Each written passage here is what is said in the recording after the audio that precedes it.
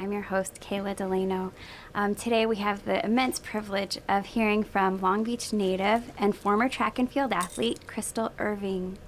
We're so happy to have her in our studio today. And just a quick kickoff, among her highest ranks, she is number 2 in the U.S. and number 4 in the world for 400 meter in the 1993 Indoor Circuit Championships. And that is one of many accomplishments. So we're so excited to hear about that today. Crystal, welcome. Thank you for taking the time with us. Thank you so much. Would you please kick us off with the start of your sport experience? The start of my sports experience was at age 12. I started playing basketball and running track for my junior high school, which was Hill Junior High.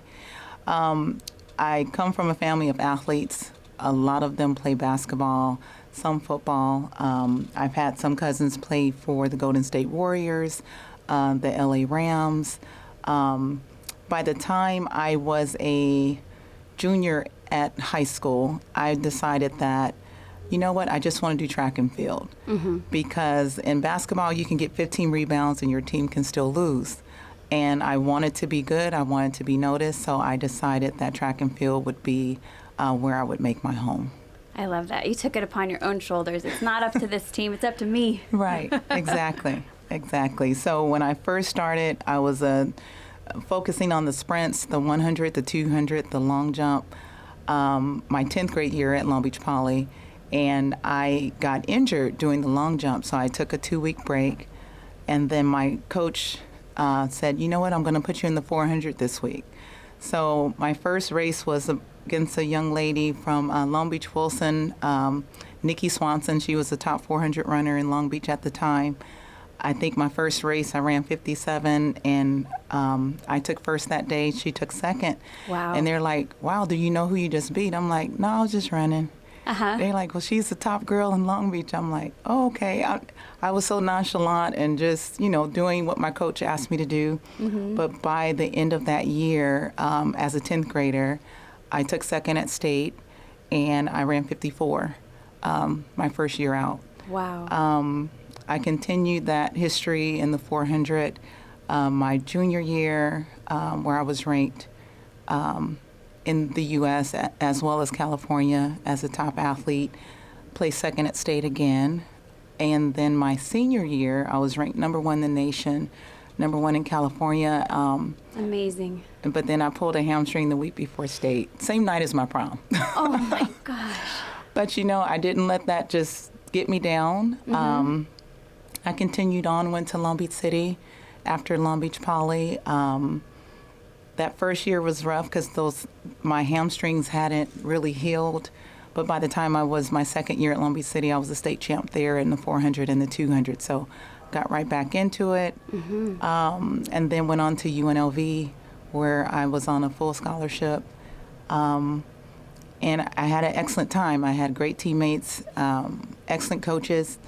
And to this day, here we are in 2019, and I graduated and finished running for the school in 1993, and I still hold the school records indoor and out in the 400 meters. Wow. Wow. That's an excellent claim to fame. Thank you. Maybe no one will ever beat those records. Eventually, somebody should. It's about time. It's wow. about time. So you mentioned how you were kind of nonchalant about the fact that, like, this is just what I do. Right. So I'm curious about, like, what were those motivating people, or, like, how is it that you had, like, that winning edge? Like, I don't know if it was, you had a supportive family, obviously. Absolutely. My mother was my number 1 support, number 1 fan, along with family members who were also athletes. I looked to them to see how outstanding they did in their careers and how they would shine. And I wanted that same shine, but as an individual. I really worked very hard, whatever it would take, to be that person and to have that success. And even when I transferred to UNLV, the first thing I asked the coach was, what are your school records? Because I want to try to take them down. So every season I would set a goal and just try to achieve it, try to outdo myself, do better than the year before. So, I could leave a legacy behind. So at this point, I've also been accepted into the Hall of Fame for Long Beach City College about 10 years ago for track and field. But being a female athlete, because of the choices or sometimes because of our life's path, sometimes that path was very hard because you have to multitask. Sometimes you have to, work or make decisions because you don't always have all the support you need, but at the same time, you do the best that you can.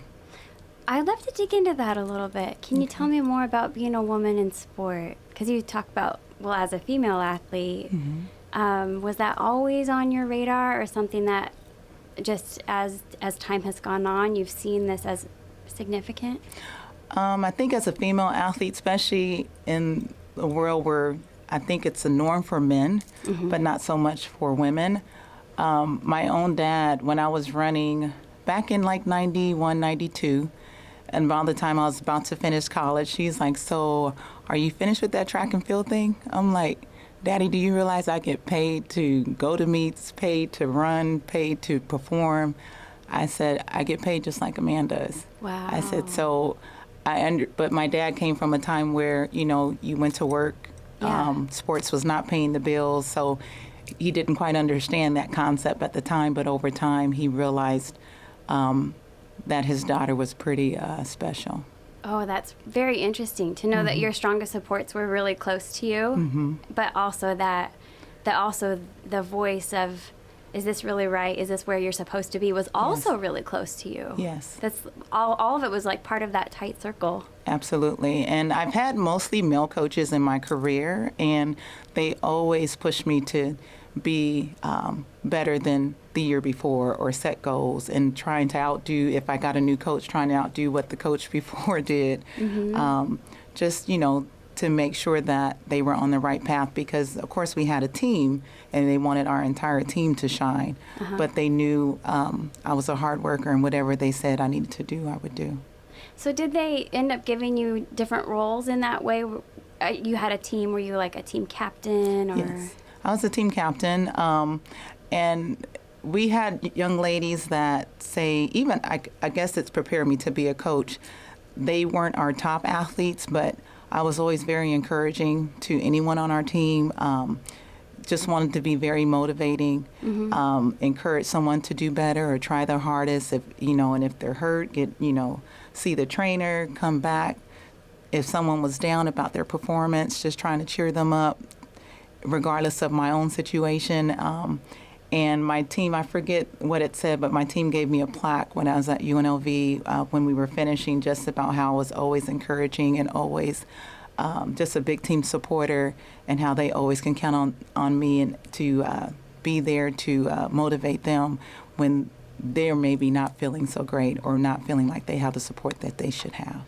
Wow, and that just was something that radiated in you. Right. Had you heard much about sports psychology at that time at UNLV? No, I hadn't. Even though my major was sociology, that's what my BA is in, but my mom was a big supporter of not just me, but just a lot of people in our community, and I know that I had strived to be somewhat like her, and regardless of my own situation, always looking at the positive and always taking the little bit that I have and making something better for the next person or for the next situation.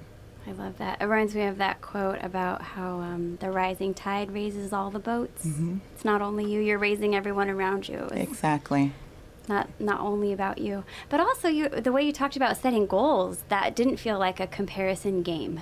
It was more about, how did I do before? How can I become better? Right, and that's kind of how I am as a person. Now that, I've been teaching now for 23 years at Long Beach Poly. I've been the athletic director for 18 years, but at the end of each and every year, I look at how the year went and I try to figure out what can I do better?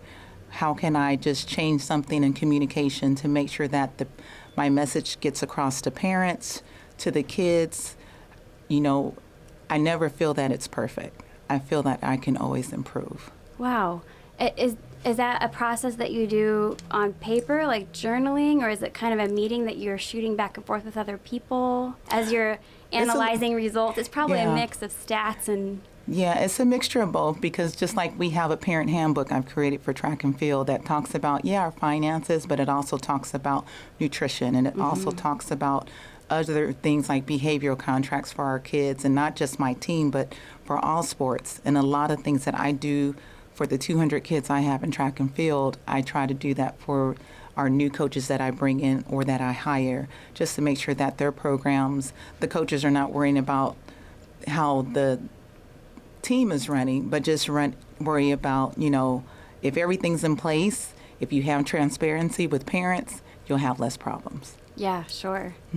Well, and these are things that you've instituted. It's not because someone else gave them to you. Like, Crystal, this is how we run it. You're like, there's a need here, and I'm going to figure out how to fill it. Exactly. And I think that's been part of the success that I personally have had, because I was the assistant varsity coach for 17 years. So I was very hands-on with the paperwork, meeting with the parents.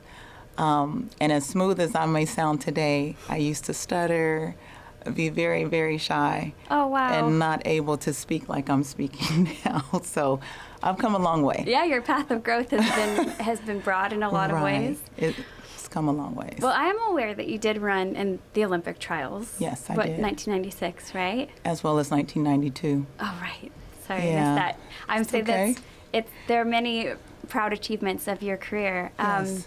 So I'm not sure which one we would aim for. I'll definitely leave it in your park, but what would you consider a proudest moment?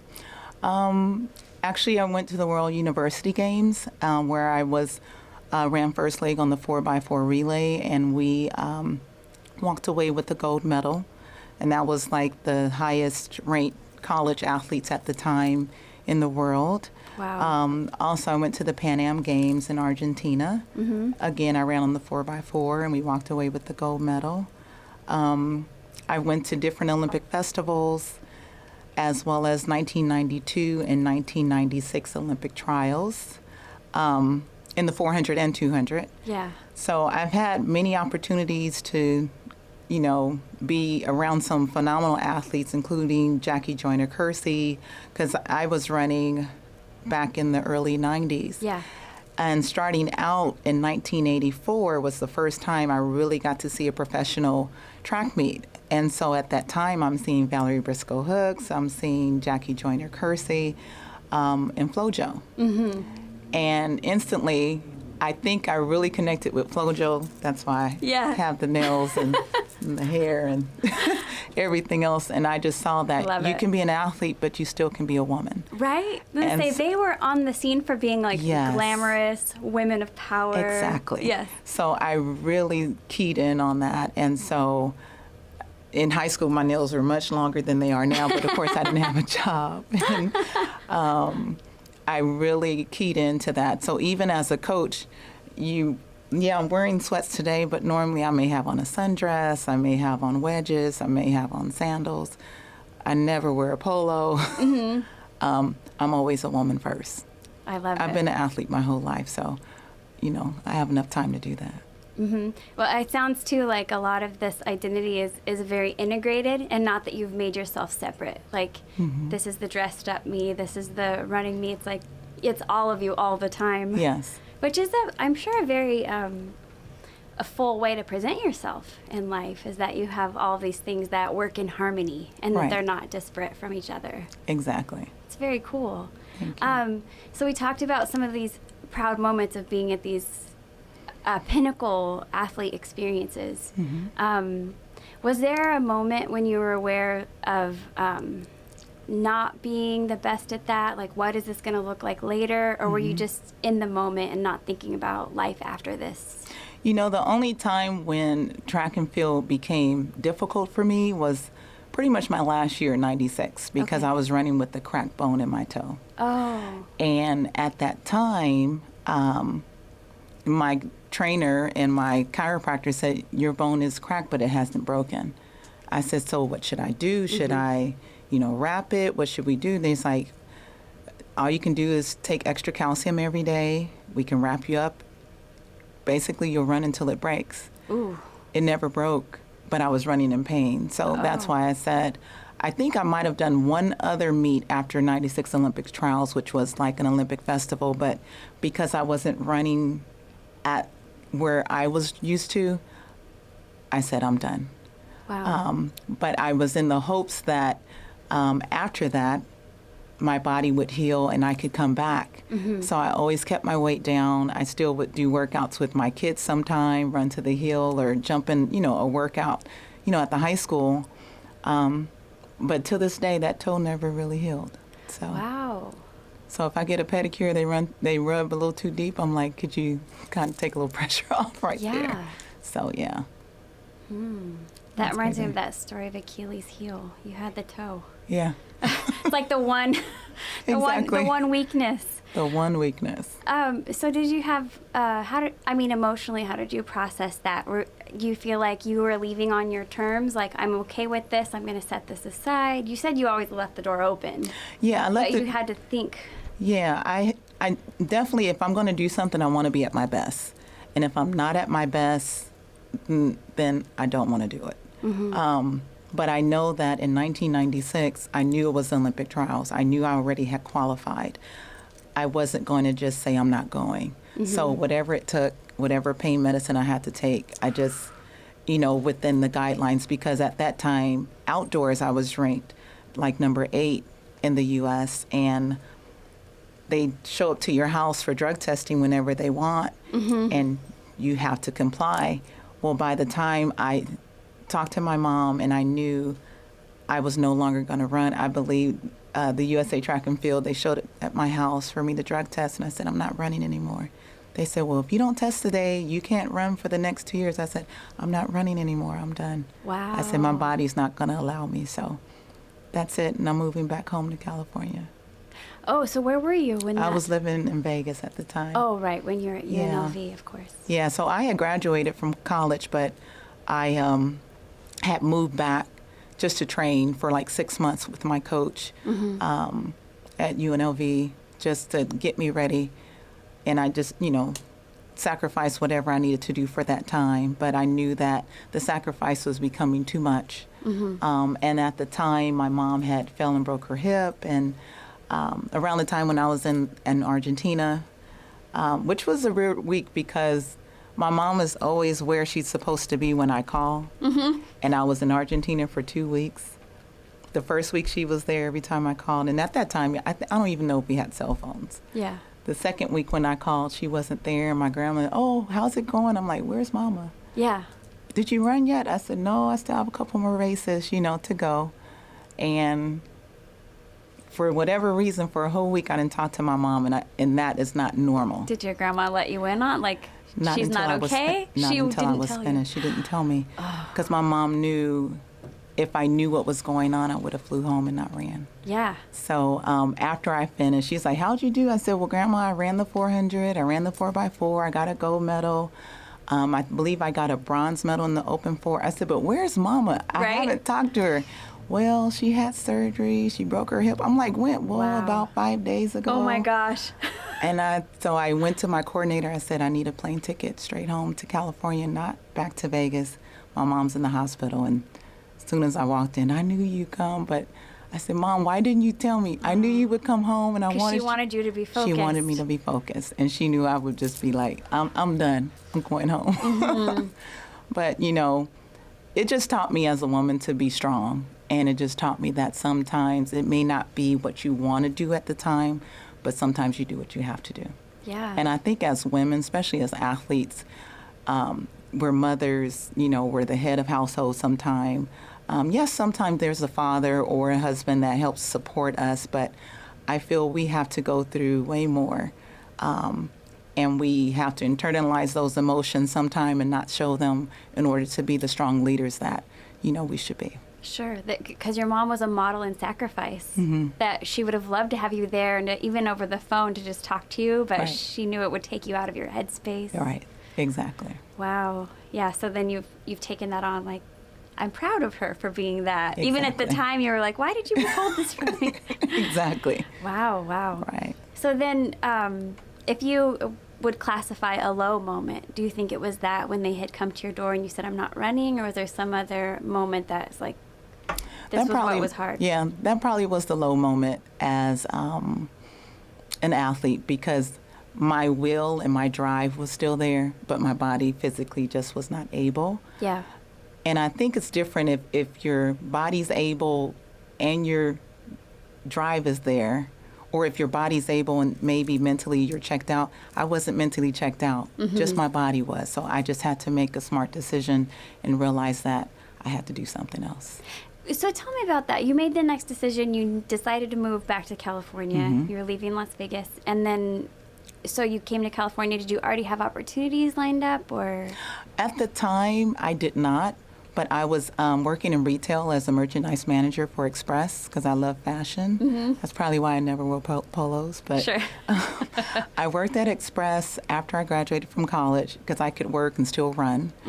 And then actually I was offered 2 teaching jobs and I turned them down.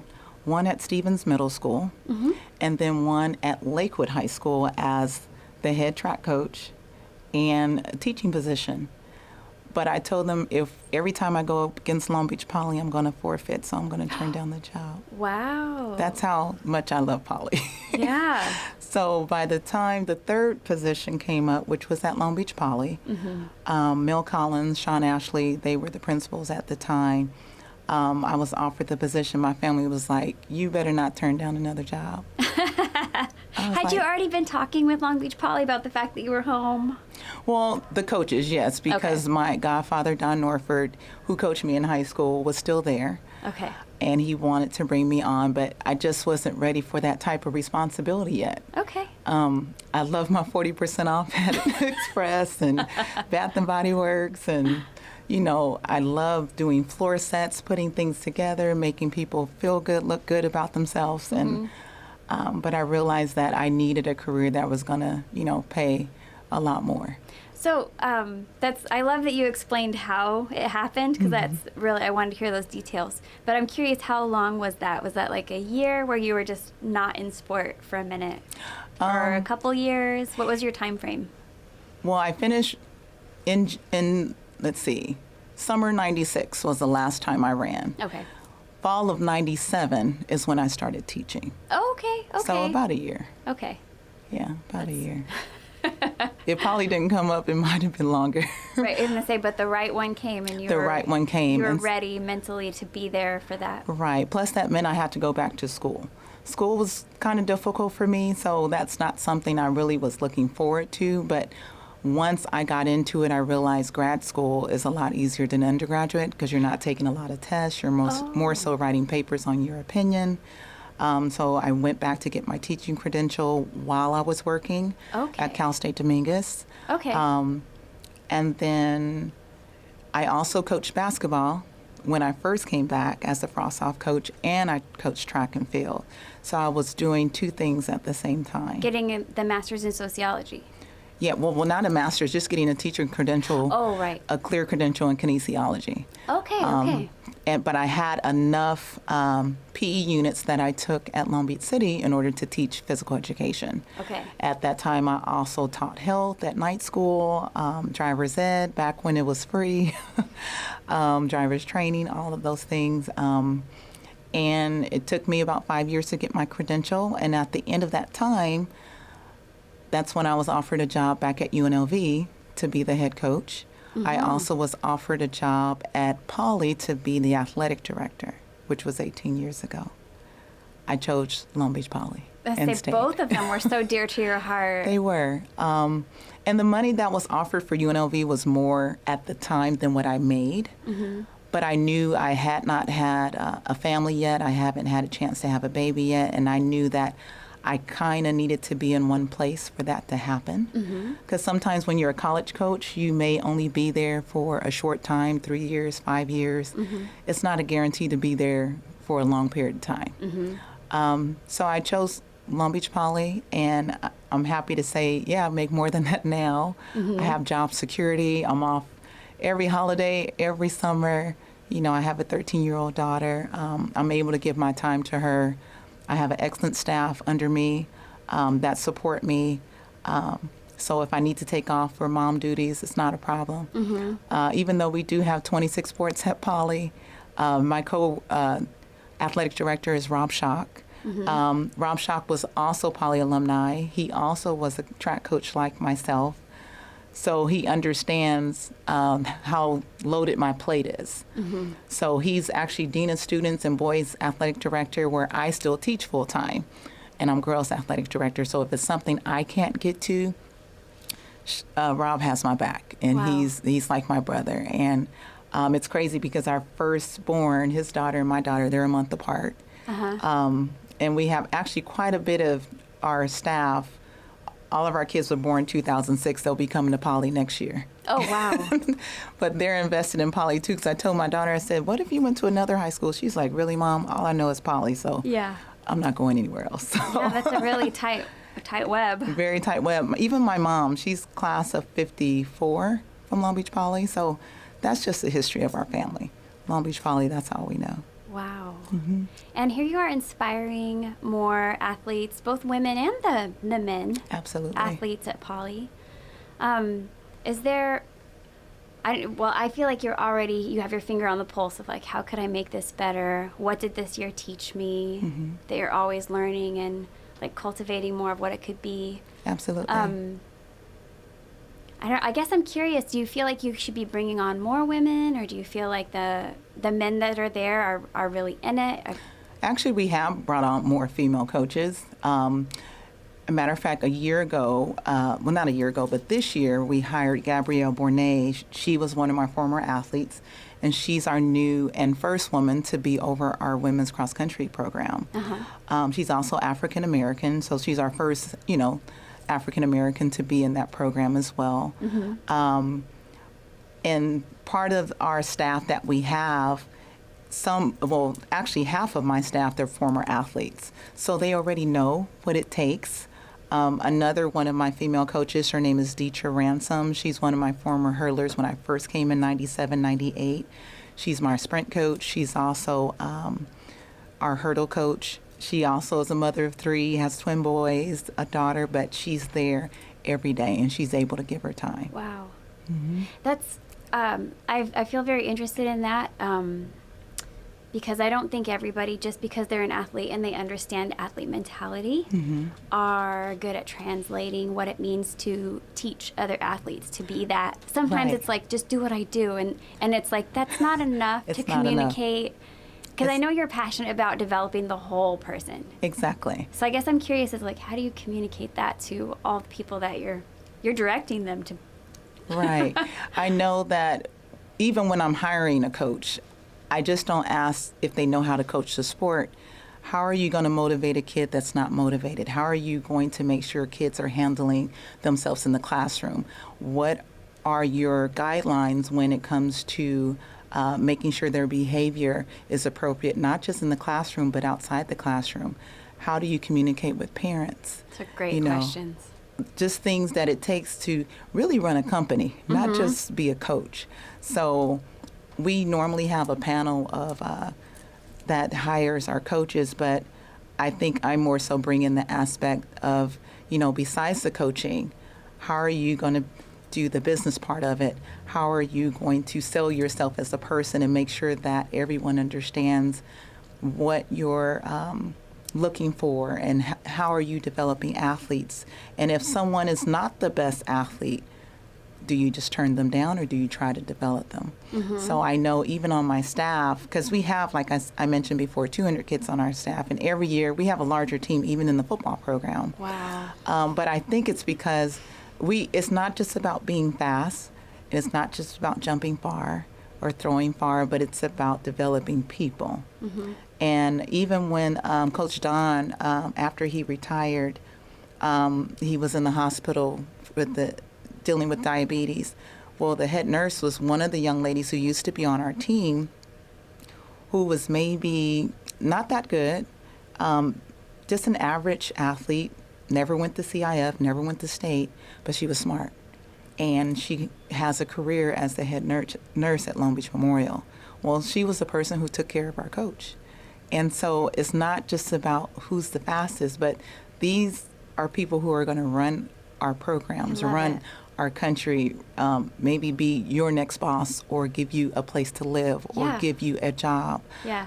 So it's a full circle. Oh, yeah. It's a full circle, and making sure that people understand that no matter what the talent level, if a kid wants to work, we're going to push them to be their best.